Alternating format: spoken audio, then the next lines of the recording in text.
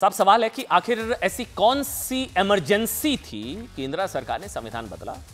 संविधान की प्रस्तावना में समाजवादी और खास तौर से धर्मनिरपेक्ष शब्द जोड़े। क्या ऐसा तुष्टीकरण की वजह से हुआ? क्योंकि आरएसएस समेत कई संगठन मानते हैं कि यह संविधान की प्रस्तावना में यह शब्द छद्म सूडो सेकुलरिज्म, छद्म धर्मनिरपेक्षता को बढ़ावा देते हैं। और आज की राजनीति में सबसे ज्यादा दुरुपयोग जिस शब्द का होता है वो आप जानते हैं, सेकुलर शब्द है। आरएसएस और कई हिंदुत्ववादी संगठन मानते हैं कि सेकुलरिज्म की गलत व्याख्या ने तुष्टीकरण को बढ़ावा दिया है। मतलब मुस्लिमों की बात करो तो सेकुलर, हिंदुओं की बात करो तो कम्युनल। सेकुलरिज्म के नाम पर मुस्लिम वोट बैंक को मजबूत करने के लिए विशेष योजनाएं चलाई गई सेकुलरिज्म के नाम पर, जिसने तुष्टीकरण को बढ़ावा दिया।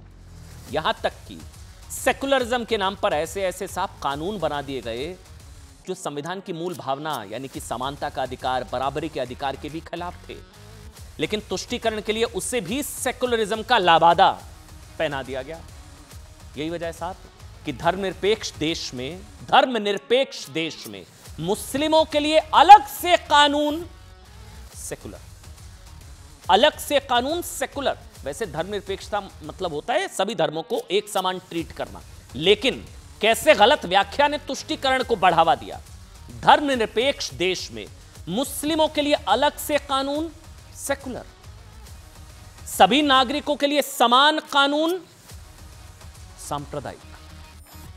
देश में कई मंदिरों की जमीन को हथियाने वाले वक्फ बोर्ड सेकुलर, वक्फ बोर्ड बहुत सेकुलर है, लेकिन प्लेसेस ऑफ वर्शिप एक्ट के विरोध को सांप्रदायिक, क्योंकि यह एक्ट धार्मिक स्थलों का असली चरित्र सामने आने से रोकता है।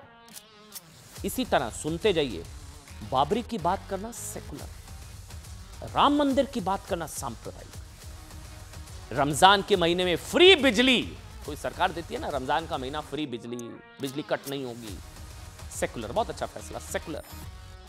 कावड़ यात्रियों के लिए फ्री बिजली कम्युनल। टोपी, कुछ लोग होता है ना, कुछ लोग टोपी को सेकुलरिज्म की पहचान बताते हैं। ये तो है, ये तो फैक्ट है साहब, टोपी को सेकुलरिज्म।